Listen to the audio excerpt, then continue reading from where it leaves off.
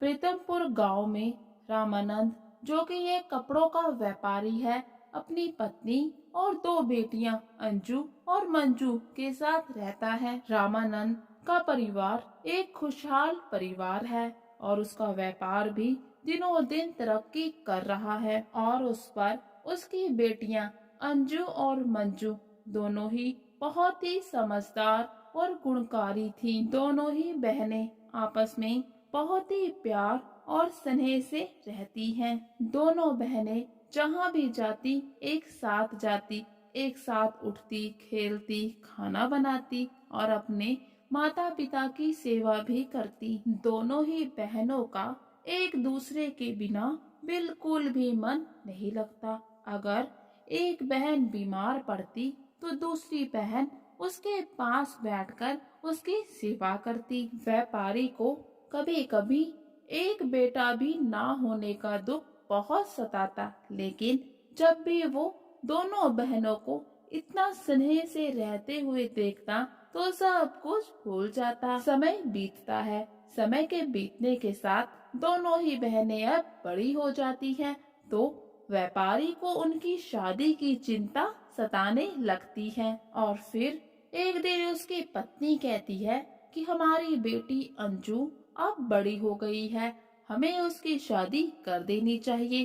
तो व्यापारी कहता है, बिल्कुल, मैं भी यही सोच रहा हूँ कि अंजू बेटी अब बड़ी हो गई है, हमें उसके लिए कोई अच्छा लड़का देखना चाहिए। तो व्यापारी अपनी पत्नी से कहता है कि मैं सोच रहा हूँ कि उसकी शादी भी किसी व्यापारी लड़के के साथ करवा देता हूँ। तो आगे से पत्नी कहती है, नहीं नहीं, मैं नहीं चाहती कि मेरी बेटी की शादी भी किसी व्यापारी के साथ हो, नहीं तो वो भी आपकी तरह सारा सारा दिन काम में लगा रहेगा। मैं तो चाहती हूँ कि हमारी बेटी की शादी किसी जमींदार के बेटे के साथ हो। तो व्यापारी कहता है, कहे तो तुम बिल्कुल ठीक रही हो और पास के ही एक जमींदार को मैं जानता भी हूँ, लेकिन मुझे ये नहीं पता कि उसका कोई बेटा शादी के लायक है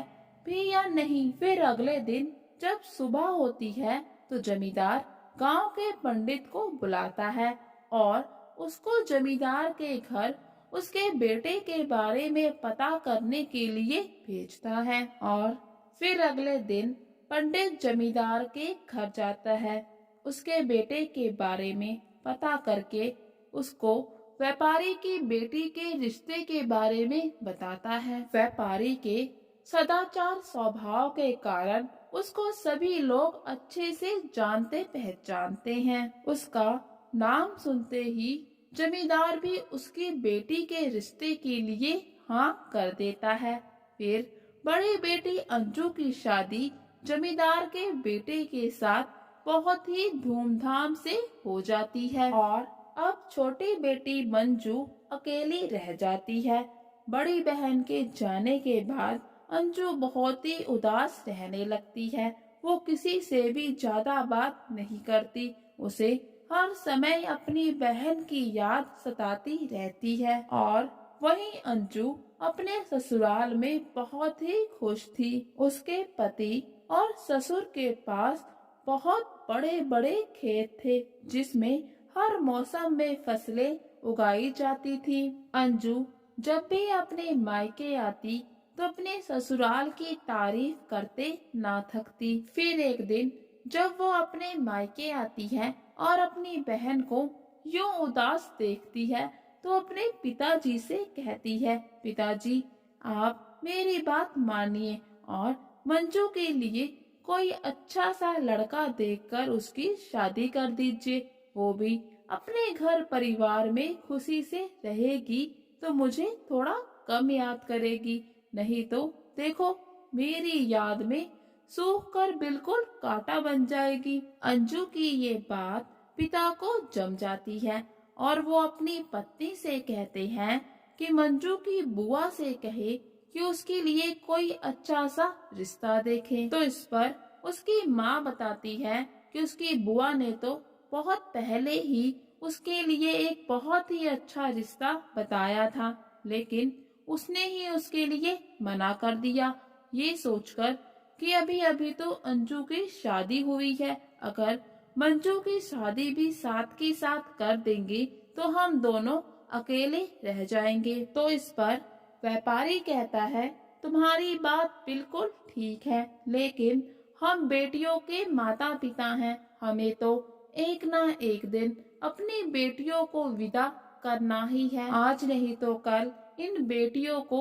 इनके अपने अपने घर तो जाना ही होगा।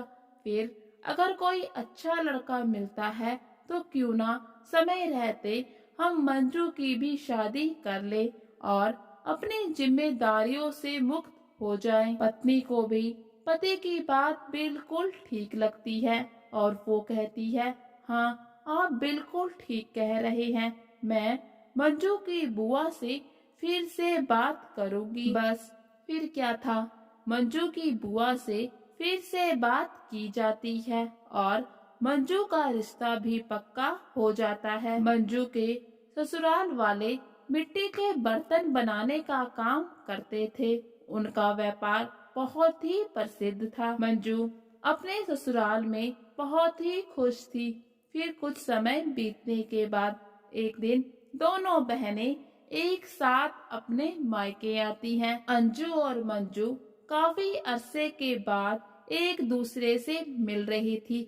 दोनों बहनें बहुत ही खुश थी। फिर दोनों बहनें अपनी माँ से कहती हैं कि माँ, हम दोनों कमरे में जा रही हैं एक दूसरे से खूब सारी बातें करने के लिए। फिर दोनों बहनें कमरे में जाकर बातें करना शुरू कर देती हैं। दोनों ही बहनों को देखकर ऐसा लग रहा था जैसे मानो एक बार फिर से दोनों का बचपन वापस आ गया हो। दोनों ही बहनों को यूं हंसता मुस्कुराता देखकर व्यापारी बहुत खुश होता है कि दोनों बहनों में अभी भी पहले जैसा प्यार बना हुआ है। लेकिन फिर कुछ ही समय बाद दोनों बहनों के चिल्लाने और झगड़ने की आवाज आने लगी। ये सुनकर व्यापारी उनके कमरे के पास जाता है और सुनने की कोशिश करता है कि दोनों बहनों में किस बात को लेकर चर्चा हो रही है। दोनों बहनें एक दूसरे पर आरोप लगा रही थी कि तुम मेरी खुशियों से जलती हो, तुम मेरा बुरा चाहती हो। बड़ी बहन अंजू बोल रही होती है कि इस साल तो सूखा पड़ गया, मैं चाहती हूँ कि इस साल खूब बारिश हो, बहुत बारिश हो, एक दिन भी बिना बारिश के ना गुजरे। ये सब सुनकर छोटी बहन कहती है, दीदी तुम क्यों मेरा बुरा चाहती हो, इतनी बारिश की कामना क्यों करती हो, थोड़ी बारिश की कामना क्यों नहीं करती। मैं तो चाहती हूँ कि रोज तेज धूप आए ताकि हमारे सारे बर्तन सूख जाए, एक भी बर्तन गीला ना रहे। अगर एक दिन भी बारिश आती है तो हमारे बर्तन गीले रह जाते हैं और फिर अगले दिन भी कोई काम नहीं होता। दोनों बहनों की बातें सुनकर व्यापारी बहुत ही हैरान परेशान हो जाता है कि कैसे दोनों बहनें अपनी अपनी दलीलें देकर ईश्वर से एक दूसरे के खिलाफ प्रार्थना कर रही हैं। व्यापारी अंदर ही अंदर बहुत दुखी होता है कि कल तक जो बहनें एक दूसरे के बिना नहीं रहती थी, एक दूसरे की खुशी में ही अपनी खुशी देखती थी, कैसे आज एक दूसरे के खिलाफ ही ईश्वर से प्रार्थना करने लगी हैं। उसको खुद के किए फैसले पर बहुत ही पछतावा होने लगता है कि उसने क्यों दोनों बहनों को विपरीत व्यापार करने वाले ससुराल में शादी कर दी। फिर व्यापारी अपनी पत्नी के पास जाता है और सारी बात विस्तार से उसको बताता है। पत्नी समझदारी दिखाते हुए कहने लगती है, इतनी चिंता क्यों करते हैं, सबका अपना अपना नसीब है, कहीं धूप तो कहीं छाया तो हमेशा रहती है। फिर माँ ने अपनी दोनों ही बेटियों को अपने पास बुलाया और उन्हें समझाया कि उनका आपस में इन बातों पर लड़ना बिल्कुल भी ठीक नहीं है। हमारे हाथों में तो सिर्फ कर्म करना लिखा होता है, बदले में हमें क्या मिलेगा ये तो सिर्फ ईश्वर ही जानता है। इसलिए तुम दोनों बहनें अपने अपने दिल से इस मन मुटाव को निकाल दो और सिर्फ अपना काम करो। आगे मौसम क्या करवट लेगा ये ईश्वर के हाथ में है। हमारे हाथ में सिर्फ कार्य करना लिखा है और हमें अपना कार्य करते रहना चाहिए। बाकी किसको क्या मिलेगा ये तो अपने अपने नसीब की बात है। दोनों ही बहनों को माँ की बात समझ में आ जाती है और दोनों बहनें फिर से हंसी खुशी से रहने लगती हैं। कुछ दिन मायके में रहने के बाद फिर से दोनों बहनें अपने अपने ससुराल चली जाती हैं।